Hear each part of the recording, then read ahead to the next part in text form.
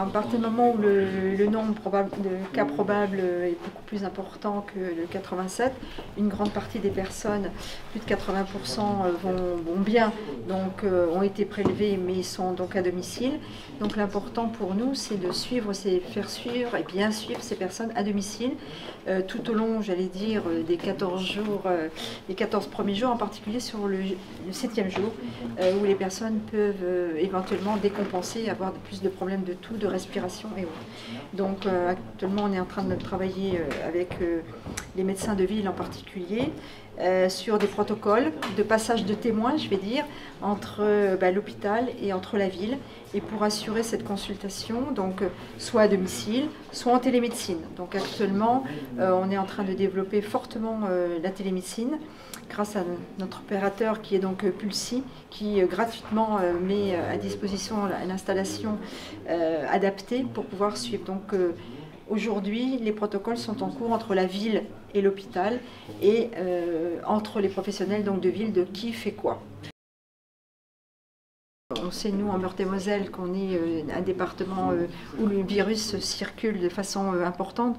Donc on peut s'attendre à une augmentation des cas de personnes qui nécessiteront des lits de réanimation. Donc on ne va pas utiliser tous nos lits, mais bien sûr la solidarité existe et des patients alsaciens ont pu être hospitalisés, donc en Meurthe-et-Moselle en particulier au CHRU de Nancy.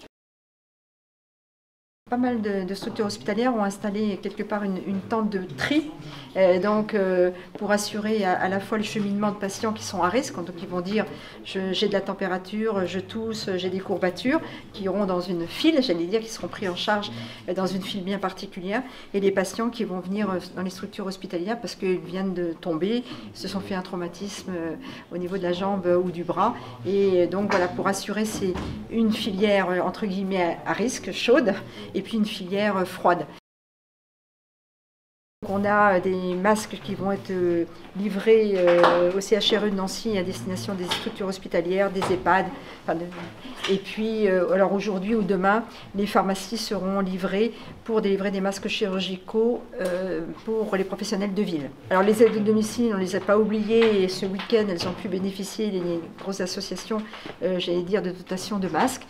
Et elles font partie des structures qui peuvent bénéficier de la dotation qui arrive au CHU aujourd'hui.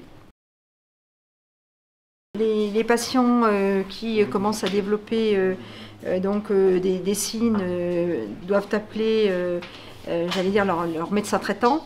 Et comme je vous l'ai dit, l'organisation du suivi par la médecine de ville, elle va pouvoir éventuellement se faire à distance par la télémédecine.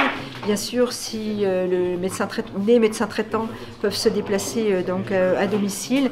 Et par contre, si le patient a des signes qui s'aggravent, il doit absolument appeler le 15 qui, lui, en fonction de ce qu'il va entendre du patient, va soit faire venir la personne aux urgences, soit de nouveau va ressolliciter le médecin traitant pour effectivement faire le point sur les signes que le patient présente.